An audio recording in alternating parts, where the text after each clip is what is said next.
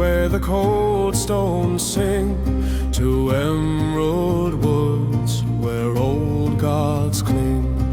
A world of steel, a flame of fate, I'll haven call, I'll step through the gate.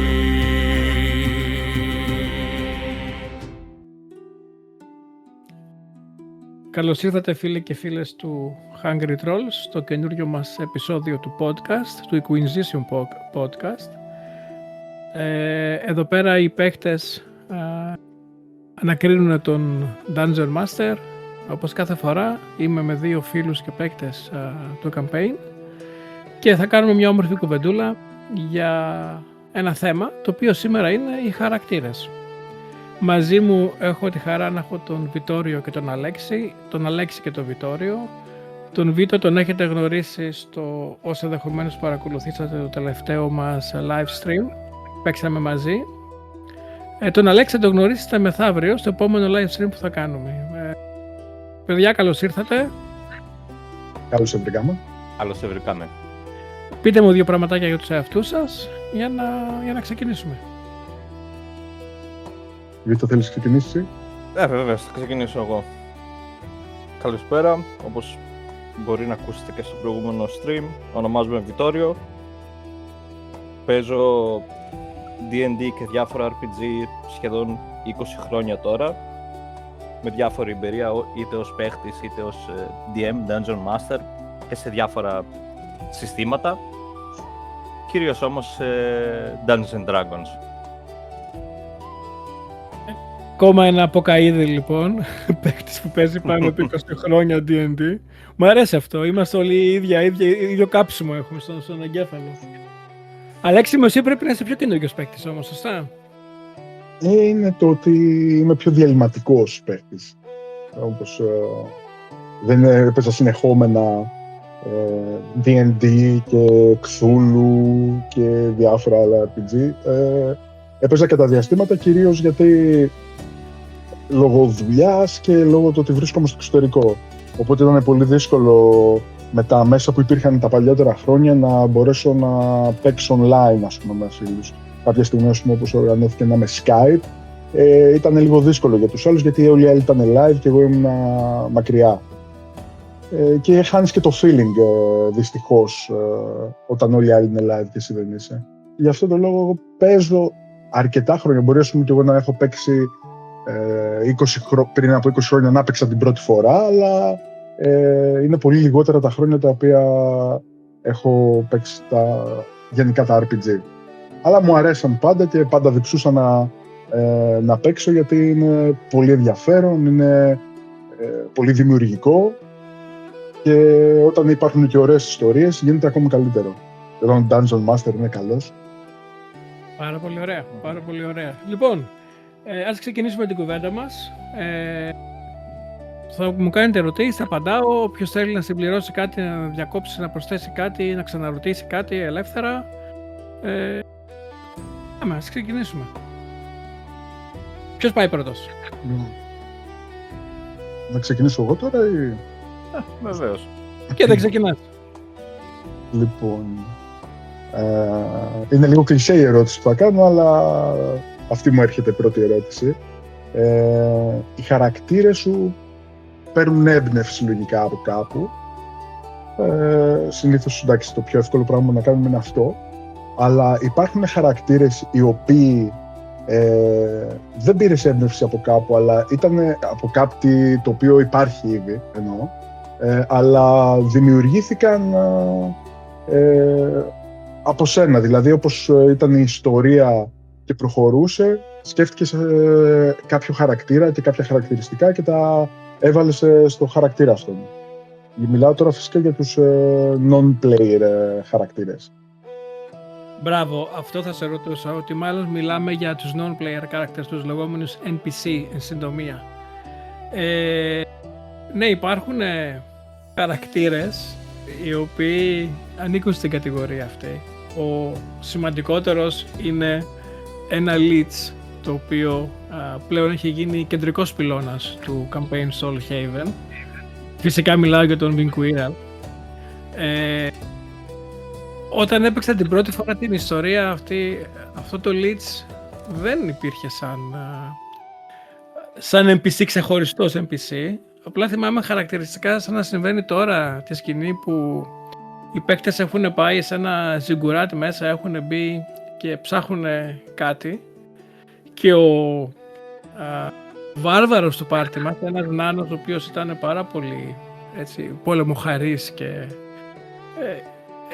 με το χέρι σκαντάλι ρε παιδί μου να κάνει τη ζημιά όποτε του δινόταν ευκαιρία, ανοίγει μια πόρτα και βλέπει ένα Lich το οποίο μου λέει τον κοιτάω μες στα μάτια και του λέω σε κοιτάει και αυτό και παγώνει και μου φάνηκε πάρα πολύ αστείο εκείνη την ώρα και αποφάσισα αυτόν τον τύπο να τον κάνω, ξέρεις, λίγο πιο φιλικό, λίγο πιο ουδέτερο και πάνω σε αυτό εκείνη την ώρα βγήκε μία προσωπικότητα από μέσα μου, αποφάσισα να τον κάνω με ένα συγκεκριμένο έτσι, μια συγκεκριμένη προσωπικότητα και κατέληξε αυτός ο τύπος, καθώς στη συνέχεια μετά ξαναέγραφα το campaign, να γίνει ένας από τους βασικούς πυλώνες και βασικούς NPCs της ιστορίας. Οπότε, ναι, έχει συμβεί να ετοιμάσω NPCs on the fly που λένε, αλλά συνήθως οι χαρακτήρες είναι προσχεδιασμένοι, που χρησιμοποιώ σαν DM, έτσι. Είναι προσχεδιασμένοι και εξυπηρετούν συγκεκριμένους σκοπούς. Δεν ξέρω αν αυτό απαντάει στην ερώτησή σου. Ναι, σχεδόν απάντησε. Το μόνο είναι ότι αν ήταν και από real life ανθρώπους από τους οποίους ας πούμε έχεις πάρει και κάποια έμπνευση για να περάσεις ας πούμε τα χαρακτηριστικά στους χαρακτήρες που έχεις. Ωραία, όχι, δεν το έχω κάνει σχεδόν ποτέ αυτό, να σου πω την αλήθεια. Νομίζω δεν το έχω κάνει ποτέ αυτό το πράγμα. Όχι γιατί το θεωρώ κακό, γιατί ίσως ποτέ οι χαρακτήρες που χρησιμοποιώ στις ιστορίες μου δεν είναι κάποιοι χαρακτήρες που παίρνουν έμπνευση από ανθρώπους που με έχουν στιγματίσει ή από ανθρώπους που τους θυμάμαι για κάποιο συγκεκριμένο λόγο. Όχι, όλοι είναι, τουλάχιστον μέχρι τώρα, φανταστικοί ήρωες, αλλά τώρα που μου το έβαλες αυτό στο μυαλό, ίσως το χρησιμοποιήσω στο μέλλον. Τέλεια. Τώρα πάνω σε αυτή την ερώτηση κιόλας που έκανε ο Αλέξης να ρωτήσω, σχετικά δηλαδή με τους NPCs. Έχεις κάποιον στο μυαλό σου, σε όλους τους NPCs, εκατοντάδες χιλιάδες, πώς μπορεί να είναι σε βάθος μερικών δεκαετιών, που θα έλεγες ότι είναι ο αγαπημένος σου? Κάποιος που σου άρεσε τόσο πολύ να τον κάνεις αρπή, να παίζεις, να τον διοχετεύεις μέσα σου, που σου έχει μείνει? Εντάξει, είναι πολύ. Καταρχήν να σας πούμε ότι ο Θεός, ο οποίος μνημονεύεται αρκετά συχνά στα campaign μου, ο Axbite, είναι ένας χαρακτήρας που έχω παίξει σαν παίκτης, έκανε διάφορα και κατέληξε να γίνει Θεός και χρησιμοποίησα αυτόν τον NPC, χαρακτήρα τον έκανα NPC και το χρησιμοποίησα στον κόσμο.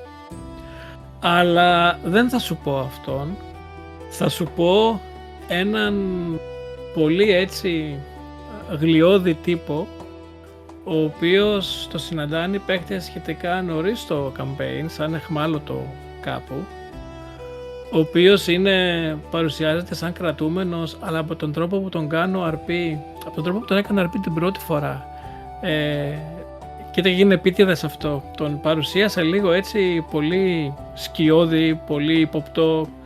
Οι παίχτες κατάλαβαν γρήγορα ότι αυτό που τους παρουσιάζεται ένας λαχανέμπορας δεν είναι αυτό το οποίο φαίνεται, αλλά είναι κάτι άλλο, αλλά δεν ξέρουν τι είναι. Με αποτέλεσμα να τον μισήσουν, άλλοι να διαλέξουν να τον αφήσουν πίσω, να μην τον απελευθερώσουν δηλαδή. Και στη συνέχεια, κάθε φορά που έπαιζα το συγκεκριμένο χαρακτήρα που ξανά έπαιζα το campaign, έχτιζα πάνω σε αυτό και είναι πάρα πολύ αστείο, γιατί κανένα πάρτι δεν διάλεξε να τον βοηθήσει.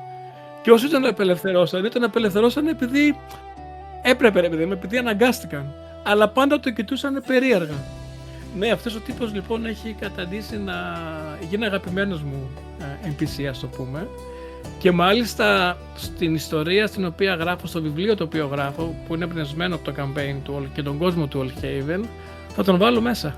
Όχι σαν ένα από τους κεντρικούς ήρωες, αλλά σαν κάποιον ο οποίος επηρέασε κατά κάποιο τρόπο τη συνέχεια της ιστορίας. Ναι, τον αγαπάω αυτόν τον χαρακτήρα. Είναι ο Ρούφους ο λαχανέμπορας, για όσοι μπορεί να ξέρετε το campaign. Μάλιστα. Ναι, είναι πολύ γλιώδης, είναι πολύ αστείος τύπος και απολαμβάνω πάρα πολύ την αντίδραση των εκάστοτε πάρτις που δεν τους συμπαθούν. Και είναι, χωρίς να χρειάζεται να πεις πολλές λεπτομέρειες αν υπάρχουν, είναι πραγματικά κάποιος γλιώδης χαρακτήρας ή είναι απλά κάποιος που υπήρχε σε εκείνο το σημείο και η αντίδραση των παιχτών ήταν τόσο εξωφρενική κατά κάποιο τρόπο που αποφάσισες ότι ξέρεις τι, όχι, αυτός ο τύπος θα έχει σημασία πλέον. Αυτός ο τύπος έπρεπε να είναι εκεί πέρα λόγω ιστορίας. Απλά όταν τον έγραφα δεν είχα σκεφτεί κάποια προσωπικότητα γι' αυτόν. Έτσι. Δηλαδή ήταν ένας τύπος που έπρεπε να είναι εκεί πέρα, έπρεπε να τον απελευθερώσουν, γιατί αν συνέβαινε κάτι κατά τη διάρκεια των γεγονότων θα έπρεπε να έχουν μια είδους διαφορετικής βοήθειας οι ήρωες. Αλλά το αρπή το οποίο έγινε, ο τρόπος που τον προσεγγίσανε, η αντίδραση των παικτών την πρώτη φορά ήταν πάρα πολύ αστεία. Ο τύπος προφανώς το έπαιζε ότι εγώ είμαι ένας λαχανέμπορας και δεν ξέρω γιατί με απαγάγανε και με φέρανε εδώ πέρα οι δρακόμορφοι. Βοηθήστε με, σας παρακαλώ πολύ, αφήστε με να φύγω. Αλλά ταυτόχρονα φαινόταν, ρε παιδί μου, ήταν ηλίου φαϊνότερο ότι ήταν κάτι άλλο. Ναι. Και έχτισα πάνω στην αντίδραση του πρώτου πάρτι, των παικτών του πρώτου πάρτι, και τη δεύτερη και την τρίτη φορά που έπαιξα το campaign τον παρουσίασα, ξέρεις, μία τελεία, έναν τόνο λίγο πιο εξωφρενικό, λίγο πιο έτσι εξόφθαλμο, ότι είναι κάτι παραπάνω από ό,τι δείχνει. Και η αντίδραση ήταν πάρα πολύ αστεία και πιστεύω ότι άμα ρωτήσεις και τους παίκτες, εσύ και οι δύο παιδιά και εσείς οι δύο παιδιά δεν το έχετε παίξει το campaign από την αρχή. Έχετε μπει σε βίντεο, δεν το έχεις παίξει καθόλου την πρώτη σεζόν, μάλιστα. Ούτε ο Αλέξης και οι δύο μπήκατε στη δεύτερη σεζόν του κόσμου. Αλλά είμαι σίγουρος ότι άμα ρωτήσετε παιδιά όπως η Μαρία ή η Στέλλα ή ο Μιχάλης ή οποιοδήποτε άλλο, μάλλον ούτε ο Μιχάλης το έχει παίξει. Γιατί και ο Μιχάλης μπήκε στο ίδιο σημείο, γύρω στο level 12-14. Τέλος πάντων, άμα ρωτήσετε λοιπόν ποιον χαρακτήρα θυμάστε από το πρώτο μέρος της ιστορίας του Αμπόκας, πιστεύω ότι πιο πολύ θα σας πούνε αυτόν. Ναι, είναι αγαπημένος ο συγκεκριμένος χαρακτήρας. Και είμαι σίγουρος ότι υπάρχουν κι άλλοι, αλλά επειδή μέχρι τα τελευταία, πριν από τα τελευταία 10 χρόνια έπαιζα κυρίως Forgotten Realms, οι χαρακτήρες ήταν χαρακτήρες που έβρισκα σε βιβλία. Δεν μπορώ να πω ότι θυμάμαι κάποιον άλλο, να σας πω. Επειδή η συγκεκριμένη ιστορία είναι δικιά μου, αυτός ο τύπος, ναι, είναι πλέον, πιστεύω ότι μου ανήκει και τον έχω φτιάξει αυτή την αστεία προσωπικότητά του. Όχι, ενδιαφέρον είναι κιόλας ότι ο χαρακτήρας, ο NPC που σου έχει μένει περισσότερο δεν είναι κάποιος που ήταν απίστευτα κομβικός για την ιστορία. Είχε το μέρος στην ιστορία. Ναι, έτσι ακριβώς. Αλλά ο λόγος κιόλας που σου έμεινε τόσο πολύ στο μυαλό ήταν όχι ότι έκανε κάτι επικό, όχι ότι ξεγέλασε τους παίχτες, όχι ότι είχε κάποιο μεγάλο σημείο, αλλά απλά ότι οι παίχτες ήταν τόσο περίεργη αντίδραση πάνω του. Ναι, σκέψου δηλαδή ότι οι παίχτες πήγαν κάπου σε έναν πύργο, ρε παιδί μου, στην άλλη άκρη της Υπήρου, όπου καταλάβανε κατευθείαν ότι είναι σε εχθρικό έδαφος, ψάχνανε άτομα τα οποία έχουν απαχθεί, έτσι, κάποιος τα έχει απαγάγει, και βρίσκουν έναν κακομοίρη, καημένο, χτυπημένο, με μελανιές, τρίπια ρούχα, ταλέπορο, σε ένα κλουβί, να τους παρακαλάνε να τον απελευθερώσουν και να τον κοιτάνε με τόσο πλάγιο βλέμμα και μάτι που να λένε όχι ρε φίλε, δεν σε βγάλουμε έξω, δεν μας αρέσει η φάτσα σου. Ήταν πάρα πολύ αστείο και δεν τον αγαπάω αυτό το χαρακτήρα. Ναι, και στην τελική να σου πω κάτι, αν τον αφήνανε στο κλουβί και φεύγανε, δεν θα συνέβαινε και τίποτα, δεν θα άλλαζε το ρου της ιστορίας, έτσι. Ναι. Αλλά είναι που ήταν πολύ αστείο. Όλες τις φορές που έχω παίξει στα συγκεκριμένα counter είχαν την ίδια ακριβώς έκβαση, κάθε φορά λίγο πιο εξωφρενική. Λίγο πιο αστεία. Παίχτες είμαστε. Έτσι. Αυτή είναι η αντίδρασή μας. Έτσι πάει. Και αυτό είναι και το ωραίο, δηλαδή. Πολλές φορές περιμένεις να δεις κάποια πράγματα, τα περιμένεις να παρουσιαστούν με συγκεκριμένο τρόπο, δεν γίνονται, και πράγματα τα οποία τα θεωρείς, ξέρω εγώ, άνευ σημασίας, γίνονται τα σημαντικά τελικά σε μια ιστορία, σε ένα session. Ακριβώς. Είναι το μέρος του παιχνιδιού που έχει να κάνει με τον αυτοσχεδιασμό, έτσι. Και με την με την απροβλεψιμότητα που έχει το role-playing κυρίως, γιατί αυτό που σας περιγράφω τώρα ήταν καθαρά θέμα role-playing, δεν ήταν θέμα... Δεν ήταν ο γαμάτος ο χαρακτήρας με το συν 20 attack bonus, το συν 4 σπαθί, το οποίο δεν υπάρχει στην πέμπτη έκδοση, και όλα πάνε μέχρι συν 3. Με τη γυαλιστερή την πανοπλία που έχει ένα σπαθί που φωνάζει αλληλούια. Έτσι, μιλάμε για έναν τύπο ρακένδυτο. Ξέρεις τι, είναι ακριβώς παρόμοια φάση με έναν φίλο μου που έκανε DM, που αγαπημένος του NPC δεν ήταν ένας έμπορος, πώς είναι, στο μυαλό του αυτός ήταν πώς είναι οι αδερφές της Zoe στο Pokemon. Ναι. Που όπου τα πηγαίνεις να γιατρέψεις υπάρχει μία σε κάθε πόλη. Μας είχε βγάλει έναν τέτοιον τύπο, ο οποίος ήταν ένας generic storekeeper που πουλούσε, ξέρεις, rations, basic adventuring gear. Και ήταν απλά κάθε φορά εμφανιζόταν ένας τέτοιος τύπος σε κάθε μαγαζί που πηγαίναμε. Ο ίδιος. Ναι, λέγανε ότι ήταν όλοι ξαδέρφια ή αδέρφια ή κάτι τέτοιο. Αλλά ήταν κάτι τέτοιο, κάτι το οποίο δεν είχε καμία απολύτως σημασία στην τελική για τον κόσμο, αλλά ήταν κάτι που του είχε φανεί τόσο ενδιαφέρον και αστείο εκείνη τη στιγμή, που έμεινε και σε εμάς. Μα είναι αστείο, είναι πολύ αστείο αυτό, είναι πολύ έξυπνο. Πολύ ωραίο, είναι μια πολύ ωραία πινελιά για να δώσεις, ξέρεις, μια διαφορετικότητα στον κόσμο, μια προσωπική πινελιά, ρε παιδί μου. Είναι πάρα πολύ ωραίο. Συγχαρητήρια στον DM σας, πάρα πολύ ωραίος. Ονόματα δεν λέω, υπολείψεις δεν θίγω, αλλά ξέρω κάποιον ο οποίος έκανε σχεδόν τον ίδιο χαρακτήρα και επειδή είχε πεθάνει ήταν Cthulhu game, έκανε τον αδερφό, τον ξάδερφο, τον δεύτερο ξάδερφο, τον τρίτο ξάδερφο. Ναι. Και όλοι είχαν το ίδιο επίθετο. Ήταν οικογενειακή υπόθεση το campaign γι' αυτό. Ήταν ο Eric με 2 ρο, ήταν ο Eric με 1 ρο και 2 C, ήταν ο Eric με κάπα. Έτσι ακριβώς. Σαν τα MMO, οι χαρακτήρες που ο Eric 373. Ναι, έτσι. Θα ρίξω άπλετο φως σε αυτόν, στο μυστήριο γύρω από το θάνατο του πρώτου μου ξαδέρφου, του δεύτερου μου ξαδέρφου, του τρίτου μου ξαδέρφου. Εν τω μεταξύ, κάποια στιγμή ο τύπος έχει γίνει serial killer, έτσι.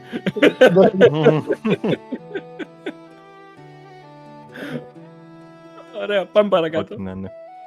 Λοιπόν, άλλη μια ερώτηση που φαντάζομαι ότι έχει συμβεί. Να έχεις ετοιμάσει κάποιον χαρακτήρα με μπόλικο αρπή, να περιμένεις, ας πούμε, το interaction από τους παίχτες και απλά να πάει στράφη, ας πούμε. Πώς το διαχειρίζεσαι προσωπικά αυτό, δηλαδή πώς λες, ας πούμε, μετά πώς ηρεμείς τον εαυτό σου γιατί έχεις ετοιμάσει τόση δουλειά και οι παίχτες το καταστρέψαν. Δεν κατάλαβες. Δεν έχει συμβεί αυτό για ένα χαρακτήρα, έχει συμβεί για ολόκληρη ιστορία.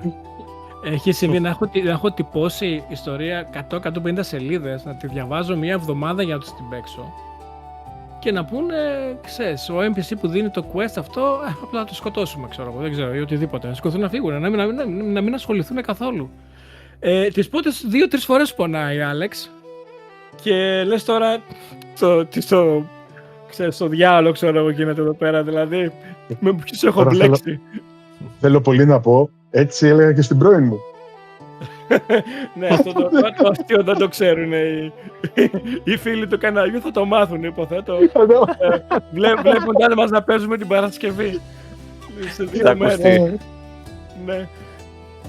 Αλλά ναι, είναι κάτι το οποίο στην αρχή σου χτυπάει άσχημα, γιατί λες γαμώτο, εγώ ετοιμαζόμουν να διάβαζα, ξόδεψα χρήματα, ξέρω εγώ, να τυπώσω, να κάνω, να ράνω. Αλλά μετά δεν έχεις επιλογή, το διασκεδάζεις και πλέον το περιμένω.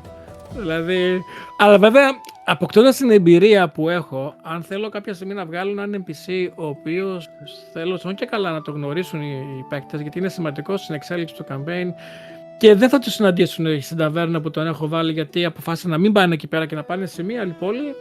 Μπορεί να τους συναντήσουν στον δρόμο σαν ζητιάνο ή με ένα κάρο το οποίο έχει χαλάσει ή στην άλλη πόλη που θα πάνε. Δηλαδή υπάρχουν πράγματα τα οποία μπορεί να κάνεις σαν DM για να αναγκάσεις τους παίκτες να κάνουν αυτό που θες. Στην αρχή που δεν ήμουν έμπειρος, ή τουλάχιστον όσο έμπειρος είμαι τώρα, έλεγα ρε παιδί μου, τώρα δεν τι πάθαμε. Όλη η δουλειά που κάναμε πήγε στράφη.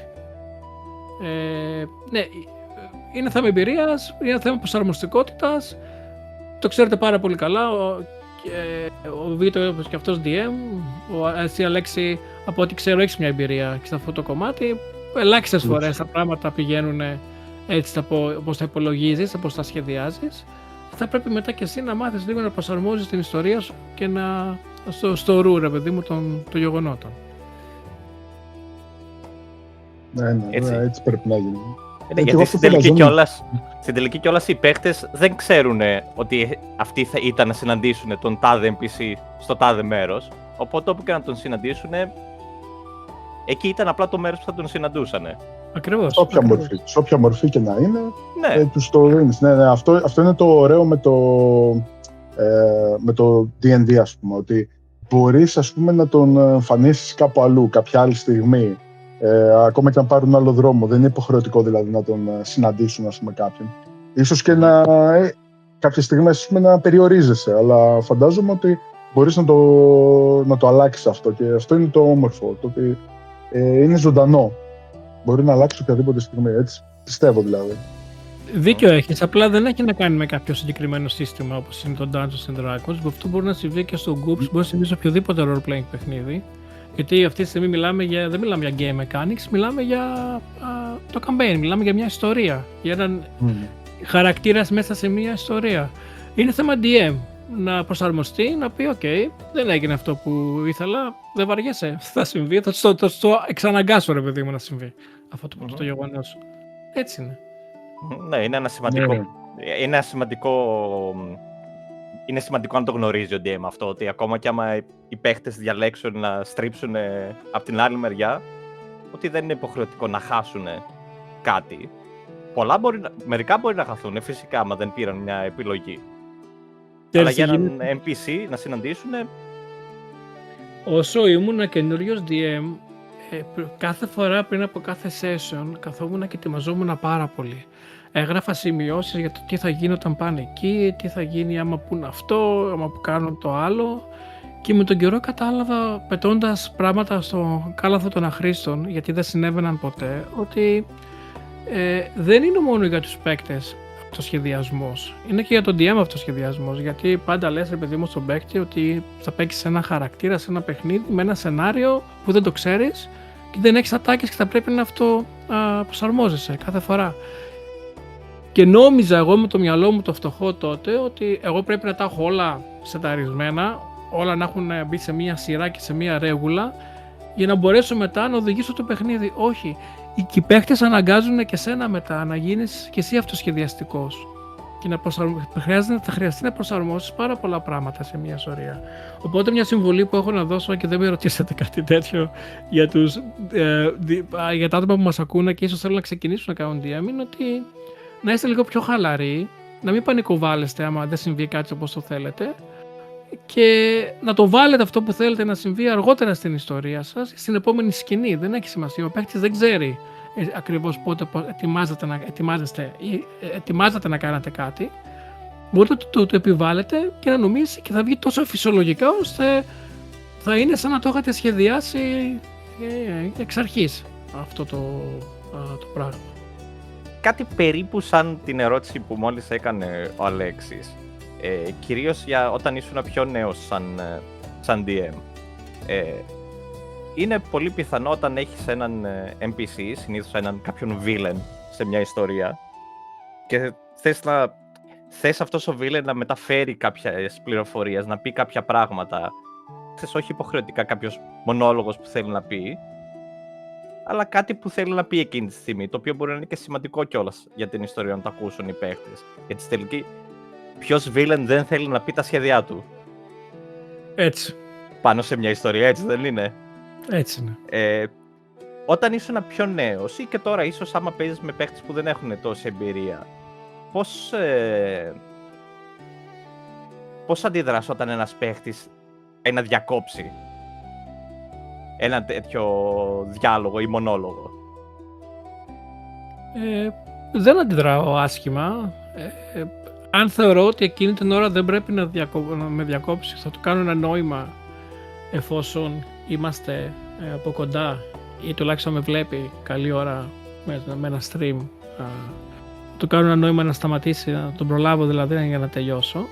Αν παίζουμε από απόσταση και με διακόψει, εντάξει, προσαρμόζω κι εγώ το RP μου. Μπορεί ο NPC εκείνη την ώρα να γυρίσει, να του πει μια ατάκα λίγο προσβλητική ή να τον κοροϊδέψει. Θα προσαρμοστείς. Βέβαια, οι δικοί μου οι κακούλιδες ποτέ δεν αποκαλύπτουν όλα τους τα σχέδια νωρίς στα campaign, γιατί πολλές φορές δεν έχω αποφασίσει ακριβώς ποιο θα είναι το game plan από το level 1 μέχρι το level 20, ξέρω εγώ, γιατί εμένα τα δικά μου campaign ξεκινάνε, είναι campaign, δεν παίζω αυτοτελείς ιστορίες. Θα ξεκινήσεις από το α και θα πας μέχρι το ω, ή άμα θα ξεκινήσεις από ένα σημείο στη μέση και θα πας μέχρι το ω. Οπότε το endgame θα φανεί στο τέλος και συνήθως έχουν και αρκετές, πώς το λένε, ανατροπές. Αλλά έχει να κάνει με το πώς παίζεις εκείνη την ώρα και έχει να κάνει με τον NPC και την ιστορία. Βέβαια, όταν ήμουν νεαρότερος, δεν θυμάμαι τώρα να σου πω κάποιο συγκεκριμένο παράδειγμα, Βιτόριο, αλλά μπορεί να μην αντέδρασα και καλά. Γιατί όταν ήμουν και μικρό και νεαρότερος σαν DM, το μυαλό μου δεν ήταν να πω ένα παραμύθι όπως είναι τώρα. Στην αρχή το μυαλό μου, όπως ήταν και όλο το DM, ήταν μετά από κάποια στιγμή να σκοτώσω τον παίκτη. Έτσι, δηλαδή, έλεγα πέρα να το σκοτώσω. Δηλαδή, θεωρούσα ότι είναι καθήκον ενός καλού DM να σκοτώνει τους παίκτες του. Πιστεύω όλοι έχουμε περάσει. Ναι, όλοι έχουμε περάσει. Θα μου πεις και εσύ σαν Dungeon Master, Βίτο, πώς το βλέπεις, δηλαδή, αν έχεις περάσει και εσύ από αυτό το στάδιο. Δηλαδή, υπήρχαν session που έπαιζα με τα ζάρια ανοιχτά. Δεν είχα καταργήσει το Dungeon screen, το Dungeon Master screen, το DM screen, και έριχνα τα ζάρια ανοιχτά, ρε παιδί μου, οπότε ό,τι έπεφτε έγραφε. Και θυμάμαι έναν καημένο φίλο μου, τον Μπάμπη, τον είχα σκοτώσει 4 φορές στο ίδιο session. Γιατί σε όλους έριχνα 3, 4, 5, 6, τον Μπάμπη έριχνα 18, 19, 20, 18, 19, 20. Δεν μπορείς εκείνη την ώρα, δεν μπορείς να το κρύψεις, και για αυτόν τον λόγο δεν συμφωνώ τα ζάρια να φαίνονται. Θα πρέπει να είναι πίσω από το screen για να υπάρχει και μια ισορροπία λίγο στο παιχνίδι. Χαλάς την εμπειρία του παίκτη εκείνη την ώρα. Όσο και να πεις, ρε παιδί μου, το έφερα, ο σκοπός δεν είναι να το φέρεις και να το σκοτώσεις, ο σκοπός είναι να περάσουν όλοι καλά, έτσι. Τουλάχιστον στο στάδιο που είμαι τώρα, αυτό κοιτάω. Όχι βέβαια στις βάρος της ιστορίας, προς όφελος της ιστορίας. Ναι, δεν είναι ότι λυπάσαι τους παίχτες, είναι ότι θες να κυλήσεις η ιστορία. Γιατί καμιά φορά, ναι, μπορεί να πεθάνει κάποιος παίχτης και αυτό δεν προσθέτει κάτι στην ιστορία, απλά την επιβραδύνει. Κοίταξε ακριβώς. Μπορεί να έχει στιγμές που να δίνει, βέβαια. Έτσι ακριβώς. Αν ένας παίκτης αξίζει να πεθάνει, θα πεθάνει. Δηλαδή, άμα κάνει μια βλακεία, συγγνώμη τώρα για τα γαλλικά, άμα κάνει μια χαζομάρα η οποία δεν έπρεπε να γίνει και επηρεάζει πάρα πολύ την εξέλιξη της ιστορίας, π.χ. να σκοτώσει κάποιον εχμάλωτο, οι Paladin, ξέρω εγώ, που είναι δίπλα, θα τον πιάσουν, θα τον τιμωρήσουν, θα τον δικάσουν, θα τον εκτελέσουν. Δηλαδή, αυτό θα συμβεί, δεν θα χαριστώ εκείνη την ώρα. Έχω χαριστεί. Ακούς, Μαρία, δεν θα ξανασυμβεί όμως αυτό. Λοιπόν, αλλά ναι, ήταν η πρώτη φορά που παίζαμε μαζί, τις πρώτες φορές που παίζαμε μαζί και είπα, εντάξει, δεν ήξερα τόσο καλά, δεν είχα το θάρρος μάλλον ακόμα τόσο καλά. Αλλά άμα τώρα είναι κάτι το οποίο είναι εξαιρετικά άτυχο ή ο παίκτης ζητήσει να κάνει κάτι εξεζητημένο και λόγω ζαριού κάτι πάει στραβά, εκεί πέρα, ανάλογα με την διαγωγή του παίκτη, ανάλογα με το τι έχει συμβεί στην ιστορία, μπορεί και να το χαριστώ. Και φυσικά, όπως είπες και εσύ, ένας θάνατος καθυστερεί την εξέλιξη, γιατί θα πρέπει μετά οι παίκτες να σταματήσουν. Αν δεν έχουν τον τρόπο να τον αναστήσουν τον παίκτη, θα πρέπει να γυρίσουν πίσω στην πόλη, ή θα πρέπει μετά ο παίκτης να φτιάξει άλλο χαρακτήρα, που σημαίνει ότι βγάζει τον παίκτη από εκείνο το session έξω. Έχει συμβεί παίκτης να πεθάνει στα πρώτα 10 λεπτά του session από βλακεία άλλου παίκτη, για τις επόμενες 3 ώρες να κάθεται αυτός και να κοιτάει Αυτή μάλλον, γιατί ήταν η Στέλλα, η γυναίκα μου. Ναι, συνέβη αυτό. Ήταν σε ένα μέρος όπου δεν μπορούσαν να φύγουν για να την αναστήσουν. Οπότε, εγώ σαν DM εκείνη την ώρα δεν μπορούσα, δεν είχα άλλο τρόπο δεν μπορούσα να κάνω κάτι. Τους είπα να μην κάνουν κάτι συγκεκριμένο, αυτοί πήγαν και το κάνανε, πληρώσαν τις επιπτώσεις και δεν μπορούσαν να φύγουν. Και εγώ δεν μπορούσα να βοηθήσω τον παίκτη που στην τελική δεν έφταγε. Δηλαδή, γιατί στη συγκεκριμένη περίπτωση η Στέλλα έριξε ένα saving throw, το έχασε. Μάλλον όλοι έριξαν ένα saving throw, η Στέλλα το έχασε και πέθανε. Ήταν ένα save or die ρόλο εκείνη την ώρα. Ναι, σε στιγμές τέτοιες δεν μπορείς να κάνεις κάτι. Οπότε, σε αυτό που λέει, είπες, έχεις απόλυτο δίκιο. Καθυστερείς την ιστορία και σκοτώνεις και την εμπειρία του κάποιου από την παρέα. Αλλά είναι κάποια πράγματα τα οποία, άμα γίνονται, πρέπει να πληρώσεις και τις επιπτώσεις. Σίγουρα. Όταν φτιάχνεις χαρακτήρες, λοιπόν, πέρα από το χαρακτήρα, ας πούμε, τα NPC και τα λοιπά, τους οποίους χρησιμοποιείς εσύ εκείνη τη στιγμή, όπως είπες, αυτοσχεδιάζεις και τα λοιπά, υπάρχουν όμως και τα πράγματα τα οποία φτιάχνεις για να φτιάξουμε χαρακτήρες, τα οποία και αυτά είναι μέρος του παιχνιδιού. Φαντάζομαι ότι είναι δύσκολο, εγώ έτσι το βλέπω, δηλαδή από τη μεριά του παίχτη περισσότερο. Είναι πάρα πολύ δύσκολο να βρεις την κατάλληλη ισορροπία για τον κάθε χαρακτήρα που θα μπορεί μετά να φτιάξει ο παίχτης. Πόσο δύσκολο όντως είναι, και αν και εκεί έχεις, ας πούμε, κάποιες επιρροές για να βάλεις τους προτινόμενους χαρακτήρες. Και το λέω σαν άνθρωπος που χρησιμοποιεί έναν προτινόμενο χαρακτήρα σου, τον Technomancer, γιατί το βρήκα πάρα πολύ ενδιαφέρον, κάτι καινούριο και κάτι πρωτότυπο. Την προκειμένη περίπτωση με σένα, αυτό που κάναμε είναι ένα playtesting. Για όσους δεν γνωρίζουν, το campaign μας έχει ένα campaign book, στο οποίο έχουμε φτιάξει κάποιες custom classes και ζήτησα από τον Αλέξη να παίξει μία κλάση για να δω πόσο ισορροπημένη είναι, τι αλλαγές πρέπει να κάνουμε, πώς μπορούμε να τη βελτιώσουμε. Αλλά ο Κύρος, ο χαρακτήρας σου λοιπόν, δεν είναι η κλάση του. Ο Κύρος είναι το RP το οποίο κάνεις. Στην προκειμένη περίπτωση λοιπόν, εγώ σου ζήτησα να δοκιμάσεις κάτι, το οποίο έχεις την καλοσύνη να το δεχτείς και να το κάνεις. Αλλά ενθουσιασμένος. Μου άρεσε και καινούριο. Χαίρομαι ιδιαίτερα. Αλλά ουσιαστικά ο Κύρος δεν είναι η κλάση του. Ο Κύρος είναι όλα τα υπόλοιπα. Οι player characters σε ένα campaign είναι οι ήρωες, είναι αυτοί οι οποίοι πρέπει να έχουν το φως των προβολέων πάνω τους, γιατί η ιστορία είναι γύρω από αυτούς. Δεν είναι οι ήρωες γύρω από την ιστορία, η ιστορία είναι γύρω από αυτούς. Και είναι θέμα του κάθε παίκτη το πώς θα τον ενσαρκώσει τον συγκεκριμένο ήρωα.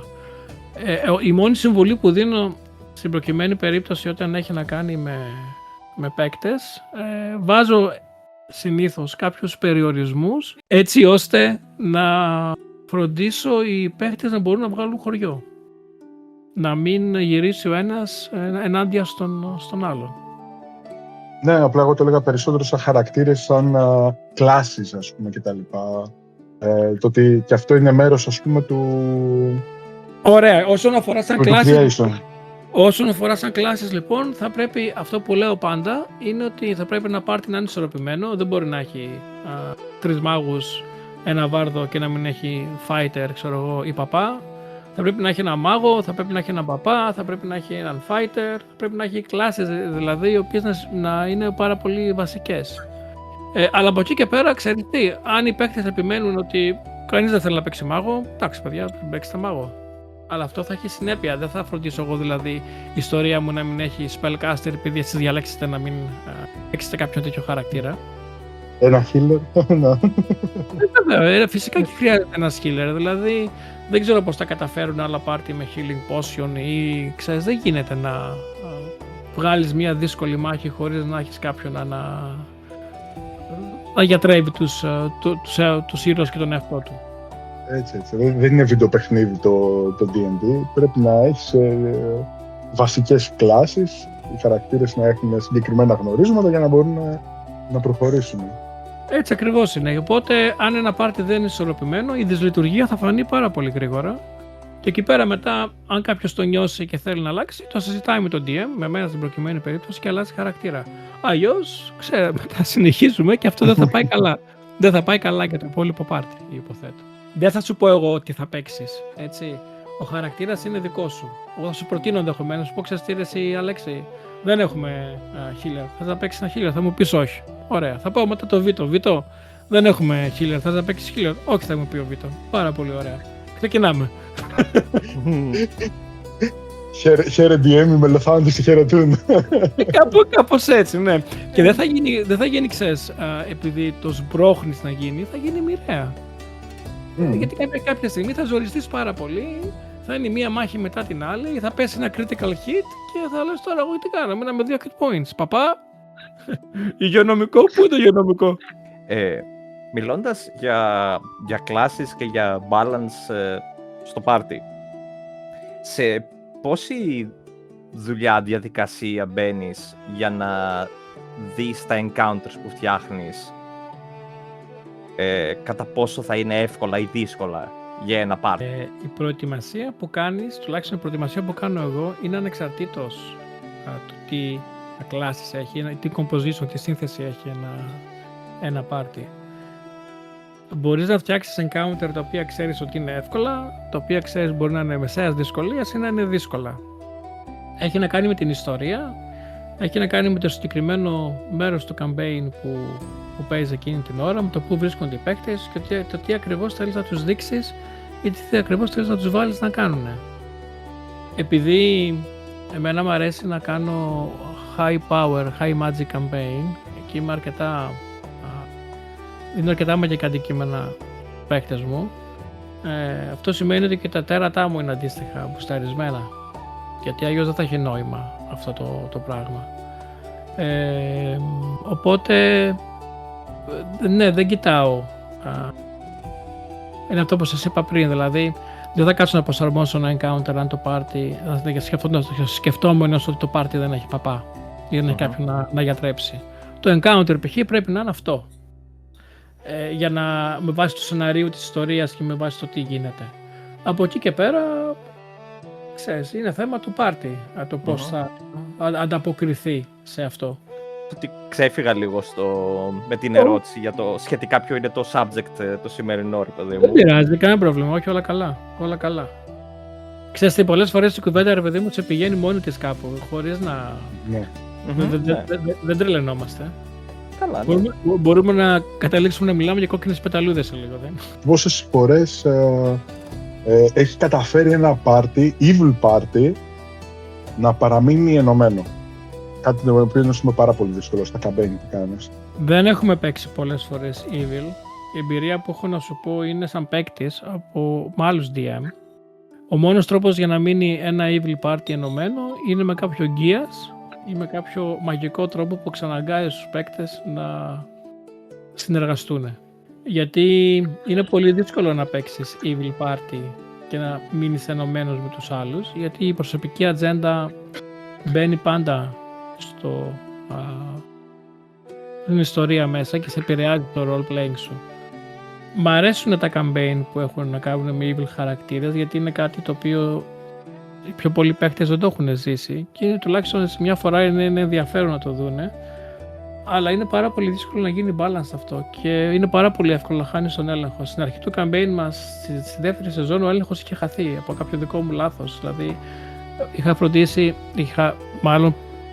δεν φρόντισα να κρύψω κάποια πράγματα λίγο καλύτερα από ό,τι έπρεπε, με αποτέλεσμα να αποκαλυφθούν και οι παίχτες να βρεθούν αντιμέτωποι ο ένας με τον άλλον. Κάτι το οποίο θα ήθελα να συμβεί ενδεχομένως. Ναι, θα ήθελα να συμβεί, αλλά πολύ αργότερα στην ιστορία, όταν θα έχει και μεγαλύτερο νόημα να συμβεί. Είναι πάρα πολύ δύσκολο αυτό, πάρα πολύ δύσκολο, Αλέξη. Ναι, το ξέρω, βέβαια, από εμπειρία το λέω, γιατί ήμουν μέσα σε αυτούς τους παίχτες οι οποίοι βρεθήκαν. Ναι, και εσύ και ο Βίτο. Και εσύ και ο Βίτο μέσα σε αυτούς τους παίχτες. Και έχει να κάνει όχι μόνο με σένα, έχει να κάνει και με τους παίκτες τους ίδιους. Και πολλές φορές, ξέρετε, δεν είναι ότι τα θαλασσώνουν όλοι. Ένας αν τα θαλασσώσει, ένας λίγο αν περάσει την γραμμή η οποία λες «ΟΚ, ρε παιδί μου, μέχρι εδώ πέρα πρέπει να πάμε για να μπορέσουμε να συνεργαζόμαστε και σαν πάρτι», μετά χαλάει όλη η ισορροπία. Γιατί θα αντιδράσει ο άλλος και θα πάει ένα λίγο χιονοστιβάδα μπορεί να γίνει. Ένα domino effect, ναι, έτσι ακριβώς. Το μετάνιωσα αυτό το πράγμα, δηλαδή την επόμενη φορά θα παίξω την ιστορία αυτή, θα φροντίσω να είναι πολύ πιο subtle τα στοιχεία τα οποία, πολύ πιο ήπια τα στοιχεία τα οποία θα δώσω στους παίκτες εξ αρχής, γιατί δεν θέλω να ξαναπεράσω κάτι τέτοιο, δεν ήταν ευχάριστο. Κυρίως γιατί δεν ήταν ευχάριστο γιατί έβλεπα ότι εσείς ζορίζεστε. Το χάος για ένα DM είναι ωραίο, ρε παιδί μου, γιατί δημιουργεί, δημιουργεί εκδοχές που μπορεί να πάει ιστορία και περιθώριο για role playing, αλλά τώρα να έχεις παίκτες οι οποίοι να σκέφτονται πώς θα σκοτώσω ένα στον άλλον και τι θα κάνουν και τι θα του πω και θα μου πει και θα του πω εκείνο, δεν είναι κάτι το οποίο εγώ το ευχαριστιέμαι, να σου πω την αλήθεια. Ναι, απλά ήταν συγκυρία πολλών γεγονότων, ας πούμε, το ότι αποκαλύφθηκαν κάποια πράγματα πολύ νωρίς για την ιστορία, ο χαρακτήρας όπως έπαιζε ο Γιάννης εκείνη τη στιγμή που ήταν ζηλωτής. Όλο αυτό νομίζω εντάξει οδήγησε σε αυτό το πράγμα το οποίο έγινε. Απλά εμένα πραγματικά μου άρεσε το ότι ήταν evil το campaign. Γιατί δεν είχα ξαναπαίξει evil και ήθελα να παίξω και ήθελα να δω και πώς θα το διαχειριστώ κι εγώ σαν παίχτης, σαν χαρακτήρας. Και το γυρίσατε μετά στο good, έτσι. Τόσο πολύ μου άρεσε. Κοίτα, μου άρεσε, δεν γινότανε, γιατί αν συνέχιζα και δεν ακολουθούσα όλους τους υπόλοιπους από τη στιγμή που βρεθήκαμε έτσι και γίνονται πράγματα, έτσι. Μπορώ να μιλήσω, ας πούμε, ότι αυτό δεν σημαίνει ότι και οι άλλοι θα συμβεί και για τους άλλους που θα παίξουν την ιστορία, αλλά βρεθήκαμε στον Αβέρνους. Για να φύγουμε από εκεί υπήρχαν κάποιοι οι οποίοι βοήθησαν. Τώρα, αν είσαι evil εντελώς, ουσιαστικά αυτό είναι κάτι το οποίο δεν μετράει για σένα. Τους εκμεταλλεύτηκες, βγήκες και μπορείς να συνεχίσεις, ας πούμε, την πορεία σου. Είναι ένα κομβικό σημείο για το χαρακτήρα, το οποίο ουσιαστικά πήγε στην άλλη μεριά. Ξαναέγινε, ας πούμε, αυτός που ήταν πριν από κάποια γεγονότα τα οποία συνέβησαν στη ζωή του Κύρου, για παράδειγμα. Και αυτό ενδιαφέρον είναι. Να σου πω ότι εντάξει, δεν με πειράζει που είπες και τον Αβέρνους, γιατί βάσει ιστορίας ποτέ δεν έπρεπε να πάτε εκεί πέρα. Ναι, γι' αυτό το λέω. Έγινε ό,τι έγινε μέσα στη μάχη. Σε έπιασε το Kraken, τέλος πάντων, το Infernal Kraken από το River Styx μέσω του Portal και σε τράβηξε μέσα. Σε κρατούσα μάλλον, αποφάσισα να κάνεις dispel στο Portal, στο μαγικό Portal, και λέω τώρα τι κάνω. Ξέρεις τι, όλα μέσα, all in. Πάρ' το να μαζί σου στο River Styx. Και έτσι καταλήξατε εκεί πέρα. Έτσι ο Ζάρι αποφάσισε, έτσι. Ρίξαμε το κατοστάπλευρο, με το κατοστάπλευρο. Το Ζάρι αποφασίζει, αλλά είναι και απόφαση του DM. Δηλαδή, άμα δεν μου αρέσει εμένα τι φέρει το Ζάρι, θα πω ότι έφερα κάτι άλλο. Θα ξαναρίξω, ξέρω εγώ. Δεν έκατσα καλά. Δεν με βλέπεις κιόλας και τι φέρνω. Ναι. Προσωπικά πιστεύω ότι ήταν ένα από τα καλύτερα πράγματα που συνέβησαν μέσα στο campaign. Ναι, λοιπόν, άλλη αγαπημένη χαρακτήρα για να απαντήσω αυτό που έρωτησε ο Βίτο ήταν η Βαλέρια, η Αγιος Βάλερη, μια ερήνια την οποία γνωρίσατε στον Αβέρνους και η οποία δεν περίμενα να εξελιχθεί σε αυτό που εξελίχθηκε. Απλά το τι συνέβη κατά τη διάρκεια της ιστορίας και το τι έπρεπε να κάνει αυτή η χαρακτήρας για να σώσει ουσιαστικά τους ήρωες, γιατί δεν ήθελα να πεθάνετε στον Αβέρνους.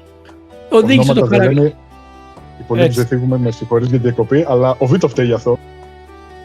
Ο Βίτο έκανε το RP του εκεί πέρα και καλά έκανε. Ήτανε πολύ στεγνό και ψυχρό αυτό που έκανε, αλλά ήταν απόλυτα δικαιολογημένο. Εγώ του βγάζω το καπέλο. Σαν evil χαρακτήρας, είπε, παιδιά, πρόβλημά σας είναι, γεια σας, εγώ φεύγω. Λοιπόν... Δεν διαφωνούμε, έτσι. Απλά δεν σημαίνει ότι μπορούμε να το συγχωρέσουμε και γι' αυτό. Εντάξει, αλλού παπά Ευαγγέλιο. Αλλά η συγκεκριμένη χαρακτήρας λοιπόν εξελίχθηκε έτσι όπως εξελίχθηκε για να σωθούν οι παίκτες. Και μετά αυτό το χρησιμοποίησα στην ιστορία, την επανέφερα πίσω σαν κάτι διαφορετικό, το οποίο συνδέεται με τον δικό σου το χαρακτήρα Αλέξη και θα είναι ίσως ουσιαστικά η λύτρωση του χαρακτήρα σου. Το έχεις καταλάβει αυτό, οπότε δεν κάνω κάποιο spoiler. Η λύτρωση του χαρακτήρα σου για τη συνέχεια του campaign βάσει της προσωπικής σου ιστορίας. Μιλούσαμε για evil χαρακτήρες, πήγαμε λίγο βέβαια προς τη Valor και τα λοιπά, αλλά... Μα και η Valor evil ήταν, ερηνία ήταν. Απλά είχατε τον κοινό εχθρό και διαλέξατε να συμμαχίσετε. Έτσι πως είχε πάει το συγκεκριμένο story. Αυτό σας ένωσε ουσιαστικά. Πιστεύω πάντως ότι σαν evil χαρακτήρες χρειάζονται κάτι πολύ βαθύ για να μην είναι ενωμένοι. Να μην γυρίσουν, δηλαδή να δαγκώσουν το ένα στο λαρίκι του άλλου. Η απειλή του θανάτου.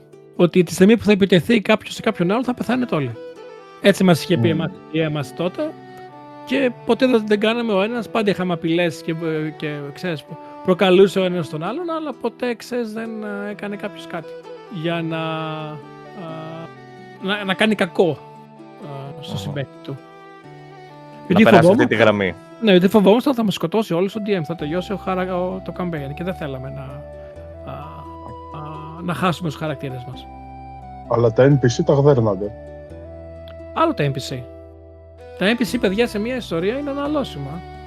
Εκτός αν τώρα μιλάμε για συγκεκριμένες περιπτώσεις, όπως είναι ο βασιλιάς ενός ο Κάστρο, που ένας μάγος όπως ο Έλμινστερ, όπου εκεί πέρα, εντάξει, δεν πας να σκοτώσεις τώρα τον Έλμινστερ, άμα δεν είσαι εξίσου δυνατός. Δεν γίνεται, δηλαδή είναι ένας από τους πυλώνες της ιστορίας. Δεν μπορείς να πας να σκοτώσεις τώρα στο campaign μας, π.χ. τον Vinquirral, σαν 15-16, 20 level χαρακτήρας. Πρέπει να είσαι και εσύ ένα leech 300-400 ετών, γιατί αν τα καταφέρεις, αυτό σημαίνει ότι αυτό που εγώ σου παρουσιάζω δεν είναι τόσο δυνατό όσο πρέπει να είναι. Πάνω σε αυτό που μόλις είπες για έναν NPC που είναι πολύ δυνατός και οι παίχτες δεν θα μπορούσαν να τον σκοτώσουν. Σου έχει τύχει ποτέ να σκοτώσουν πράγματι έναν τέτοιον NPC? Έναν NPC που λες, αυτόν δεν υπάρχει πιθανότητα να μπορέσουν να το σκοτώσουν και επειδή τα ζάρια κύλησαν όπως κύλησαν, που όλοι ξέρουμε ότι το ζάρι άμα θέλει το ζάρι, πεθαίνει και ο Θεός ο ίδιος που λέμε, ρε παιδί μου. Σου έχει τύχει NPC πράγματι τέτοιος να πούν οι παίχτες, ξέρεις τι, δεν μου αρέσει η μούρη σου? Δεν έχει συμβεί έτσι ακριβώς, δεν μου αρέσει η μούρη σου, έχεις μεγάλη μύτη, τον πυροβολάω και πεθαίνει. Έχει συμβεί να έχω σχεδιάσει μια ιστορία όπου οι παίκτες κακοί πάλι, κακό campaign, έπρεπε να πάνε να απελευθερώσουν ένα άλλο leech, το οποίο ήταν evil και φυλακισμένο κάπου, για να μπορέσουν να αποκτήσουν σαν evil χαρακτήρες healing spells, γιατί πιστεύανε σε έναν θεό ο οποίος ήταν good. Άκου τώρα, δηλαδή κακοί χαρακτήρες που θεωρούσαν ότι είναι καλοί, όμως οι άλλοι είναι στραβοί, πιστεύανε σε έναν καλό θεό ο οποίος φυσικά δεν μπορούσε να τους δώσει κάποιον κληρικό για να τους γιατρέψει και είχαν βρει κάποιο leech το οποίο ήταν έτσι αμφιβόλου ηθικής προέλευσης και αξίας και ήταν διατεθειμένο να τους δώσει αυτό που τους έλειπε, αλλά έπρεπε πρώτα να τον βρουν, να τον απελευθερώσουν. Να μην στα προλογώ, είχαν βρει αυτοί οι τύποι το πάρτι ένα σπαθί που μέσα είχε ένα μπάλορ, είχαν μάθει ότι το leech το φύλαγε ένας άγγελος, ο οποίος είχε κατά, πώς το λένε, at will heal, greater heal, στην 3,5 έκδοση τώρα ήταν αυτή η ιστορία. Ξεκίνησε η μάχη, φέραν 20 στο initiative οι παίκτες, το άγγελος είχε μαζί του και κάποιους κληρικούς, είχε paladins, πήγαν να κάνουν endure επειδή μου στη φυλακή του Λίτσι οι παίκτες και βγάλαν τον Balor. Έτσι, έλεγα ρε παιδί μου, αυτή η μάχη δεν θα τελειώσει ποτέ. Το έχω ξαναπεί αυτό το παράδειγμα και πραγματικά δεν έβλεπα πώς μπορεί να γίνει χωρίς να κάνουν RP οι παίκτες να καταφέρουν να τελειώσουν, να πετύχουν αυτό που θέλανε. Αλλά κοίταξε να δεις που ο θεός του ζαριού μίλησε, οι παίκτες βγάλαν τον Balor, τον Balor έπαιξε πρώτο. Το Balor έχει ένα όπλο το οποίο ήταν Vorpal, έτσι. Και οι παίκτες φέραν στο πρώτο attack roll 20 και στην επιβεβαίωση του critical roll φέραν πάλι 20. Αυτή Αυτό σημαίνει ότι αποκεφαλίσανε τον άγγελο. Και ο άγγελος πέθανε. Και εκεί πέρα λοιπόν τελείωσε το encounter. Γιατί οι υπόλοιποι κάποιοι διάσανε, κάποιοι παραδοθήκανε και μετά δεν μπορούσαν να αντισταθούν, δεν υπήρχε αντίπαλο δέος στο Balor το οποίο είχαν μαζί τους. Γιατί το αντίπαλο δέος στο συγκεκριμένο encounter ήταν ο άγγελος. Και εκεί πέρα λοιπόν συνέβη το περίεργο αυτό. Αλλά όχι, δεν έχω χάσει άλλον NPC εκτός μάχης, έτσι όπως το περιγράφεις, γιατί οι παίκτες καταλαβαίνουν ότι ενδεχομένως κάποιοι NPC που συναντούν είναι αρκετά σημαντικοί για να τον προκαλέσουν και ακόμα και άμα τον προκαλέσουν θα φροντίσω ρε παιδί μου εγώ να κρατηθώ, ο NPC μου να κρατηθεί να μην να τα αποδώσει τις προσβολές ή το χτύπημα. Εκτός βέβαια αν τα πράγματα χάσουν τον έλεγχο ρε παιδί μου, που ξεσπάνε σε κάπου αλλού. Εκεί πέρα οκ. Θα υποστούν τις συνέπειες. Συμπληρωματική ερώτηση σε αυτό. Άρα οι χαρακτήρες που δεν είναι φτιαγμένοι για μάχη είναι και αυτοί combat ready από σένα? Φυσικά. Φυσικά. Αυτό είναι εύκολο να πεις ρε παιδί μου ότι ο χαρακτήρας... Κοίταξε, κάθε χαρακτήρας που φτιάχνω έχει ένα μικρό background. Δηλαδή λέω ρε παιδί μου ότι ο τάδε χαρακτήρας είναι ένας μάγος. Έτσι. Χωρίς να λέω τι level είναι ο μάγος ή τι ξόρκια έχει ή τι αντικείμενα έχει. Με την εμπειρία που έχω πλέον μπορώ πάρα πολύ εύκολα να κάτσω να το βγάλω εκείνη την ώρα. Υπάρχουν και βιβλία εξάλλου έτοιμα με NPCs μέσα, τι level τον θέλεις τόσο ή site μέσα. Ή ακόμα μπαίνεις και σε ένα AI και λες παιδί μου φτιάξουμε ένα μάγο 20 level. Βέβαια αυτό θέλει πάρα πολύ προσοχή γιατί τα αναμαθηματισμένα κάνουν πάρα πολλά λάθη. Οπότε δεν είναι να τα εμπιστεύεσαι εκείνη την ώρα άμα χρειάζεσαι κάτι τη στιγμή που παίζεις, γιατί σίγουρα θα σου κάνει αρκετά λάθη μέσα. Και αυτό θέλει και αρκετή εμπειρία να το κάνεις. Αλλά ναι, δεν θα κάτσω όπως σας είχα πει και πριν, όσο πιο πολλά χρόνια παίζω, τόσο λιγότερο προετοιμάζομαι σε βάθος, γιατί κάτι μπορεί να μην συμβεί ή να συμβεί κάτι το οποίο δεν το περίμενα και θα πρέπει να προσαρμοστώ εκείνη την ώρα. Αποφεύγεις το όχι power play, ας πούμε το power creation, ας το πω, ενός χαρακτήρα όταν... Τι εννοείς? Πάρα πολλοί παίκτες, ας πούμε, διαλέγουν πράγματα σε ενδιασμό. Βέβαια, εμένα δεν μ' αρέσει καθόλου. Δεν μ' αρέσει καθόλου και δεν το κάνω ούτε για τους δικούς μου player characters, ούτε για τους NPCs μου. Δηλαδή ένας χαρακτήρας δεν θα είναι ένα level μάγος, ένα level fight και 5 level fighter απλά για να πάρει το shield π.χ. Έτσι. Αν υπάρχει λόγος βάσει background ή βάσει ιστορίας να γίνει έτσι ο χαρακτήρας, θα γίνει. Αλλά ποτέ δεν θα φτιάξω κάτι για να εκμεταλλευτώ συγκεκριμένο ξόρκι ή φίτσου.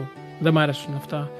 Και δεν μ' αρέσουν όταν το κάνουν οι παίκτες, αλλά από την άλλη δεν μπορώ να πω και σε ένα παίκτη μου μην το κάνεις αυτό. Έχουμε άτομα στο campaign μας, στις βαρέ μας που το κάνουν αυτό, τους αρέσει πάρα πολύ. Και το θεωρούν και αρκετά πετυχημένο. Εγώ το θεωρώ, να σου πω την αλήθεια, λίγο βαρετό, γιατί θεωρώ ότι εκατοντάδες παίκτες κατά τη διάρκεια της ζωής της πέμπτης έκδοσης έχουν φτιάξει fighter mates. Έτσι, δηλαδή είναι ένας πολύ συνηθισμένος συνδυασμός. Εγώ δεν το κάνω ούτε για τους NPCs μου, ούτε για τους δικούς μου player character. Έχει συμβεί να παίξω σαν παίκτης στην ιστορία του Avernus της Wizards of the Coast έναν χαρακτήρα, έναν νάνο, γιατί εντάξει εγώ πάντα νάνους παίζω, παπά του Μόραντιν, ο οποίος κατέληξε στην κόλαση και βάσει ιστορίας έγινε Paladin του Lathander ταυτόχρονα. Δηλαδή σκέψου τώρα ένα χαρακτήρα ο οποίος μπήκε σαν παπάς του Μόραντιν και κατέληξε Paladin του Lathander. Και ήταν dual class. Αλλά αυτό δεν έγινε επειδή είπα ρε παιδί μου, ξέρεις τι, δεν μ' αρέσει ο παπάς, θέλω να παίξω Paladin τώρα. Όχι, έγινε βάσει ιστορίας. Δηλαδή η ιστορία και το roleplay των άλλων παικτών με ανάγκασαν να καταλήξω σε αυτή την κατεύθυνση. Και στο τέλος ο τύπος, προκειμένου να μπορέσει να επιβιώσει, γιατί έγιναν διάφορα και να ουσιαστικά να σώσει τους υπόλοιπους, εν μέρει καταδίκασε τον εαυτό του συμφωνώντας με έναν δαίμονα. Δηλαδή έχασε και το Paladin ηλίκη του. Με την υπόσχεση ότι θα σωθεί η αποστολή και κάποιες αθώες ψυχές τέλος πάντων που πήγε εκεί πέρα για να κάνει κάτι. Και αυτό ήταν μια απόφαση λόγω roleplay. Ναι. Αυτό είναι που μας οδηγεί κιόλας. Δηλαδή, έτσι πιστεύω κι εγώ. Και εμένα έτσι με οδηγεί. Το roleplay, ας πούμε, με οδηγεί για το τι θα είναι ο χαρακτήρας. Και με όλα αυτά τα παιχνίδια roleplay, παιχνίδια είναι, Αλέξη μου, συγγνώμη που σε διάκοψα. Τα παιχνίδια που παίζουν δεν είναι shoot 'em up, είναι roleplay. Δηλαδή, δεν είναι μόνο ο χαρακτήρας τι ability έχει και τι features έχει, είναι και τι ζωή του δίνεις εσύ. Δύο ίδιοι Paladin level 10 π.χ. έχουν τα ίδια abilities, τα ίδια features, αλλά είναι τελείως διαφορετικοί χαρακτήρες και τους παίζουν τελείως διαφορετικοί άνθρωποι που τους δίνουν διαφορετικά χαρακτηριστικά. Μιας και είπαμε, επειδή σε ρώτησα αγαπημένο NPC που είχες. Έχεις, φαντάζομαι, και έναν αγαπημένο PC που έχεις παίξει. Ναι. Που να σου έχει αρέσει περισσότερο, σαν να αρπείς πώς βγήκε, η ιστορία του, πώς πήγε συνολικά. Ναι. Δύο είναι, δεν ξέρω ποιον να διαλέξω από τους δύο. Ο ένας είναι ο προφανής, ο Νάνος, ο Axbite, ο οποίος έγινε θεός στο campaign. Αυτός ο χαρακτήρας ξεκίνησε με το φίλο μου, τον DM, τον Γιώργο, ο οποίος Γιώργος μου λέει κάποια στιγμή, παιδιά, θέλω να σας παίξω μια ιστορία, ξεκινάτε 18 level, πάμε το παίξουμε epic. Λέω, οκ, τέλεια. Λέω, μου λέει, τι θα παίξεις? Λέω, δεν έχω παίξει ποτέ βάρβαρο. Μου λέει, παίξω τώρα. Και αποφασίζω λοιπόν να φτιάξω έναν αρκτικό νάνο, από τα Forgotten Realms παίζαμε τότε. Υπάρχουν αρκτικοί νάνοι στα Forgotten Realms, στην 3,5 έκδοση, ο οποίος για κάποιο λόγο που δεν ήξερα γιατί, αποφάσισα να του πάρω ένα Brilliant Energy όπλο. Λοιπόν, και ο τύπος κρατούσε λοιπόν ένα τσεκούρι από Brilliant Energy, το οποίο στους κανόνες της 3,5 έκδοση έκανε bypass οποιοδήποτε είδους πανοπλίας, φυσικής πανοπλίας, ασπίδα, πανοπλία φυσική, οτιδήποτε που είχε ένας χαρακτήρας. Και έπαιξα Frenzy Berserker, ο οποίος σήμαινε δηλαδή ότι μετά από κάποια στιγμή, αν δεν έτρωγε ξόρκι για να του κάνει ζημιά και είναι ήδη στα αρνητικά hit point, θα πέθαινε από physical damage. Και κατέληξα με τα power attack που έκανε, το οποίο πήγαινε επί 4, ο τύπος να κάνει γύρω στα 300 hit points στο γύρο damage. Στην πρώτη μάχη θυμάμαι που πολεμήσαμε και τότε συνειδητοποιήσαμε τι έχω φτιάξει και τριαζόμουν με τον Γιώργο και ο Γιώργος με κοιτάζει στα μάτια και είχαμε μια πορεία και γερλούσαμε αμήχανα και οι δύο. Με κλίβι και με great κλίβι είχα κατεβάσει 3-4 όγκρου μέσα σε ένα γύρο με το ίδιο χτύπημα. Δηλαδή ήταν γελίο αυτό που είχε στηθεί. Και μ' άρεσε αυτός ο χαρακτήρας γιατί τον αγάπησα, γιατί μετά σταμάτησα ουσιαστικά στις μάχες να χαλάω τα encounter του DM μου. Γιατί όπως καταλαβαίνετε, ο τύπος έκοβε 300 hit points στο γύρο, άρα σημαίνει σε μία μάχη μπορώ να κατέβαζα δράκους μόνος μου. Στις μάχες λοιπόν εγώ κυνηγούσα κάτι άλλα πράγματα, δηλαδή μας έβγαζε ο Γιώργος να πολεμήσουμε 5-6 τέρατα και για μένα έβγαζε ένα δράκο και εγώ και καλά πολεμούσα το δράκο μόνος μου. Ξέρεις αυτό, κάτι τέτοιο, φανταστείτε έτσι, πολύ γενικά μιλάω. Και πήγε ο χαρακτήρας αυτός εξελίχθηκε με το role playing πιο πολύ. Δεν θα σας πω παραπάνω γιατί ο κεντρικός κακός της δεύτερης σεζόν ουσιαστικά είναι ο δαίμονας. Ήδη έδωσα spoiler. Είναι ο κακός που σκότωσε ο Νάνος αυτός για να γίνει θεός. Και από εκεί, επειδή και αυτόν τον NPC, ο οποίος όμως δεν ήταν δικός μου, με σημάδεψε σαν παίκτη και είχα πολύ όμορφες εμπειρίες από τη συγκεκριμένη μάχη, τον πήρα και τον έβαλα στην ιστορία με άλλο όνομα, τη δικιά μας. Καταλαβαίνετε εσείς τώρα που το πάω. Λοιπόν, ένας άλλος χαρακτήρας που μου έχει αρέσει πάρα πολύ είναι ένας άλλος Νάνος που έπαιζα, ο Νόρμπιρ, ο οποίος ήταν Hammer of Moradin, ένα prestige class στην 3,5 έκδοση, ο οποίος έπρεπε να πάρει να έχει συγκεκριμένα skills για να κάνει specialization σε αυτό και αναγκάστηκα να κάνω ένα συνδυασμό Paladin και Cleric για να μπορέσω να πάω όσο πιο γρήγορα γινόταν σαν Hammer of Moradin. Και ο οποίος δεν ήταν εξωφρενικά δυνατός, ήταν πολύ ισορροπημένος, Αλλά το όλο κόνσεπτ, το ότι είσαι ένας νάνος που είσαι ιερός πολεμιστής του θεού σου, του Μόρατιν, με ένα Warhammer που κάνει σεισμούς, ήταν πάρα πολύ ενδιαφέρον για μένα και πετούσα και ατάκες καθώς έκανα σεισμό και έριχνα τους NPCs του DM κάτω στο έδαφος. Έλεγα π.χ. προσκυνήστε το Θεό μου και ξέρεις κάτι τέτοια χαριτωμένα. Ναι, αυτοί οι δύο χαρακτήρες είναι αυτοί οι οποίοι ξεχωρίζω. Ωραία. Τώρα, για πες μας αν είχες αγαπημένο χαρακτήρα από τους παίχτες σου. DMRs. Θα βγάλουμε ζουμάκι.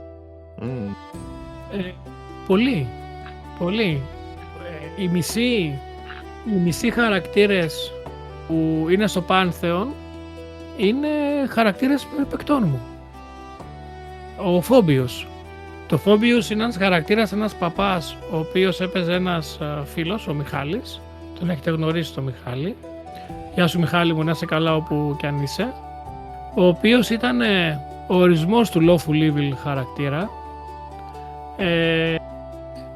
Μου είχε καταστρέψει αρκετά campaign, γιατί πάντα έκανε κάτι ανάντια στην ιστορία και το διασκέδαζε κιόλας και το διασκέδαζα κι εγώ μετά. Ήταν ο τύπος ο οποίος ήθελε π.χ. να κάνει κακό στον Αλέξη και θα έλεγε στο Βίτο, ξέρεις τι, δεν είναι σωστό τώρα αυτό, δεν θέλω να σου το πω να χωρίσω, αλλά ο Αλέξης είπε αυτό και αυτό για σένα και για την οικογένειά σου. Είναι κρίμα να λέξεις τέτοια πράγματα. Και να σε έβαζε τους άλλους παίκτες να πάνε να κάνουν πράγματα για τον λογαριασμό του μέσα στην ιστορία. Δηλαδή είχε πάρα πολύ πλάκα. Η Αλάσε που έπαιζε που είναι θεά των ξωτικών είναι η χαρακτήρας της Στέλλας. Η χαρακτήρας η οποία καμένη, όπως είχα πει νωρίτερα, είχε πεθάνει και περιμέναμε 3-3,5 ώρες να την αναστήσουμε. Λοιπόν, είναι αρκετοί χαρακτήρες που έχω ζήσει. Τώρα δεν θα πω και τους δικούς σας, γιατί ξέρετε πόσο τους συμπαθώ. Και με το που θα τελειώσουν τα campaign, πιστεύω θα κερδίσουν τον κόσμο τους, τη θέση τους μάλλον στον κόσμο και στην αιωνιότητα κατά κάποιο τρόπο. Ναι, δεν είναι ένας και δύο, είναι αρκετοί χαρακτήρες. Και δεν γίνεται και διαφορετικά, γιατί ουσιαστικά σαν DM παρακολουθείς έναν χαρακτήρα να μεγαλώνει και να αποκτάει προσωπικότητα μέσα από το παιχνίδι, και αυτό είναι κάτι πολύ ενδιαφέρον. Τουλάχιστον για μένα. Σίγουρα, όπως και για τον παίχτη είναι ενδιαφέρον να βλέπει την εξέλιξη του χαρακτήρα του. Για τον παίκτη είναι ο δικός του, ρε παιδί μου, και είναι λογικό. Ναι. Είναι κάτι τον οποίο το παίζεις εδώ και πάρα πολύ χρόνια ενδεχομένως στη δικιά μας περίπτωση, με τα διαλύματα που κάνουμε, γιατί δεν παίζουμε και κάθε εβδομάδα πολλές φορές, με αποτέλεσμα να δένεσαι προσωπικά. Αλλά τώρα θα μπορούσα κι εγώ να σου πω, σε ρωτήσω και σαν Αλέξη, ποιος NPC είναι αυτός ο οποίος εσύ έχεις δεθεί περισσότερο μαζί του στην ιστορία? Έτσι όπως είναι η ιστορία, εντάξει, σίγουρα είναι η Βάλερη. Εκτός από τη Βάλερη, γιατί η Βάλερη είναι η προφανής ερώτηση, η απάντηση μάλλον. Ναι. Εκτός από τη Βάλερη, ποιος είναι ο NPC με τον οποίο έχεις δεθεί?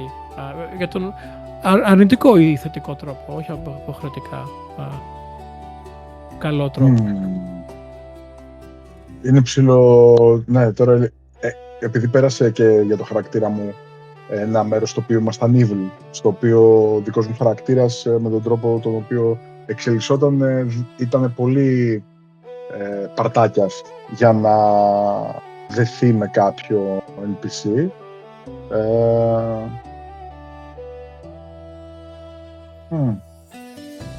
Δεν έχεις κάποιον πέρα της? Δεν έχω. Όχι. Ναι, δυστυχώς τους έχει επισκιάσει όλους τους υπόλοιπους χαρακτήρες για να θυμηθώ κάποιον άλλον αυτή τη στιγμή. Κατανοητό. Η επιρροή του NPC αυτού πάνω σου ήταν αρκετά σημαντική και γι' αυτό το λόγο έχει μπει Γεια σου Μαρία. Γεια σου Μαρία. Ήρθε να βάλει στην ηχογράφηση τις ξένες φωνές. Λοιπόν, ναι, είναι ο ρόλος που έχει παίξει η Βάλερη και το χαρακτήρα σου είναι πολύ σημαντικός και για αυτόν τον λόγο την έχουμε βάλει να συνεχίζει την πορεία και την εξέλιξη του χαρακτήρα σου. Ο δικός σου χαρακτήρας, Βίτο? Ο δικός μου χαρακτήρας δεν θα έλεγα ακριβώς ότι έχει δεθεί με κάποιον.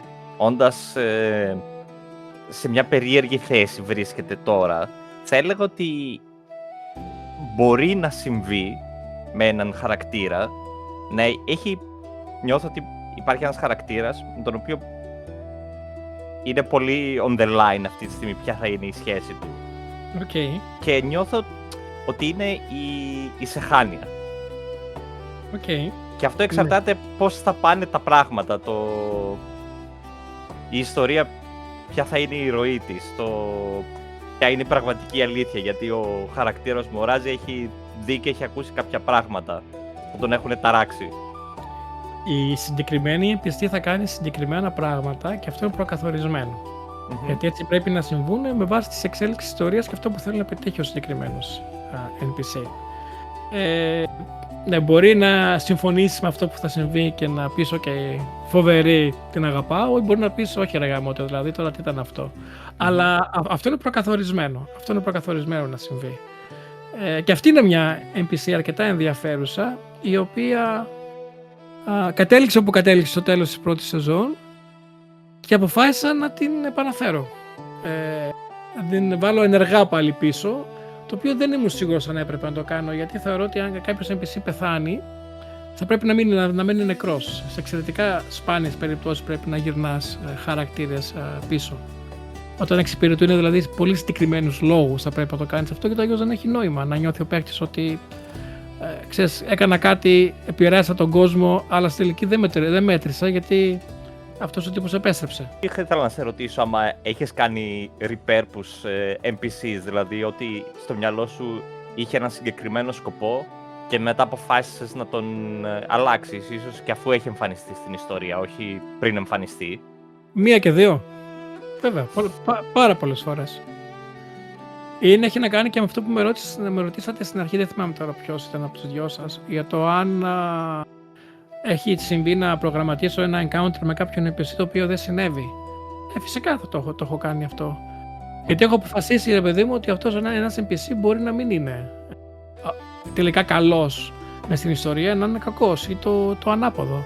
Για συγκεκριμένους λόγους, επειδή ξέρεις, θεωρώ ότι περηφανεύομαι, γιατί και καλά λέω ότι ο κόσμος επηρεάζεται στις εξελίξεις των αυτό που κάνουν οι παίκτες και διαμορφώνεται σε μεγάλο βαθμό από τις επιλογές των παικτών, και αυτό έχει ως συνέπεια να αλλάζει και τους NPC μου. Γιατί και οι NPC στην τελική είναι χαρακτήρες οι οποίοι, όπως και εμείς σαν άνθρωποι, μπορούμε να έχουμε μια αλφα γνώμη για κάποιον σήμερα και να αλλάξει αύριο.